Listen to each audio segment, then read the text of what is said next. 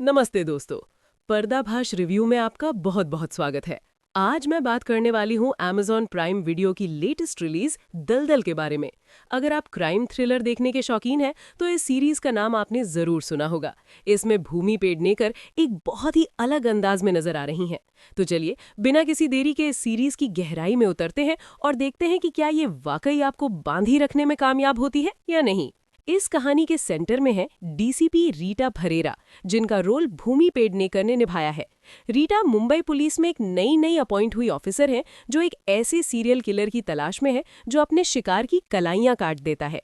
लेकिन ये कहानी सिर्फ एक पुलिस केस की नहीं है। रीटा खुद अपनी लाइफ में बहुत बड़े तूफानों से गुजर रही हैं।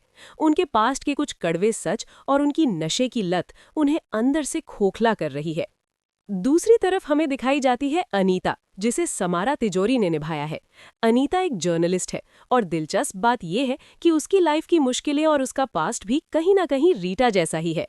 अनीता के साथ उसका दोस्त और सोलमेट साजिद, जो आदित्य रावल ने निभाया है। ये दोनों मिलकर उन लोगों को सजा देते हैं जो दूसरों का शोषण करते हैं। इस सीरीज की सबसे बड़ी खासियत यह है कि ये कोई हूडानिट नहीं है, बल्कि वाई डमिट है। मेकर्स ने दूसरे एपिसोड में ही रिवील कर दिया है कि कातिल कौन है, लेकिन सस्पेंस इस बात का है कि वो इन हालातों तक कैसे पहुंचे।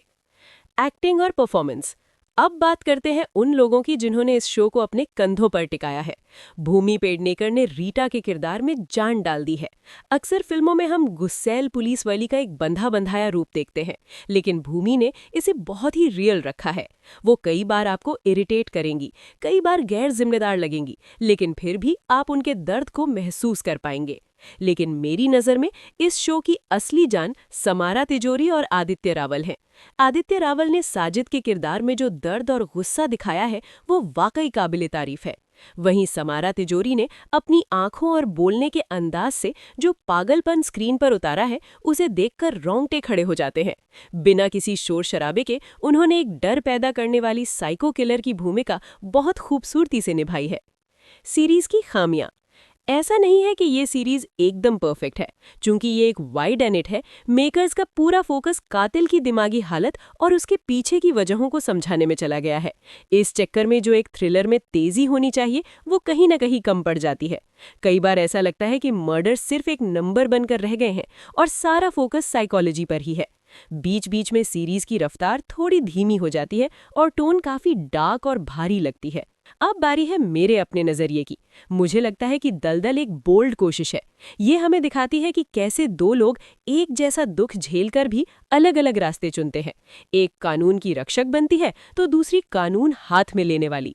सीरीज की लंबाई छोटी है, इसलिए ये बोर नहीं करती, लेकिन अगर इसकी राइटिंग में मर्डर मिस्ट्री वाला थ्रिल थोड़ा और मजबूत होता तो ये साल की बेस्ट सीरीज बन सकती थी। फिर भी अगर आप एक्टिंग और गहरे किरदारों को पसंद करते हैं तो इसे एक बार जरूर देखा जा सकता है। इसका फिनाले वाकई दिल दहला देने वाला है और वही इस पूरी कहानी का सबसे स्ट्रॉन्ग पॉइंट है। तो दोस्तों, ये था मेरा रिव्यू दलदल वेब सीरीज के लिए।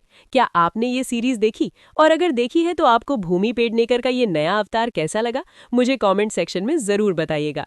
अगर आपको मेरा ये वीडियो पसंद आया हो तो चैनल को सब्सक्राइब करना मत भूलना और बेल आइकन भी दबा देना, ताकि फिल्म और वेब सीरीज की दुनिया की कोई भी खबर आपसे मिस ना हो। मिलते हैं अगले वीडियो में, तब तक के लिए बाय बाय।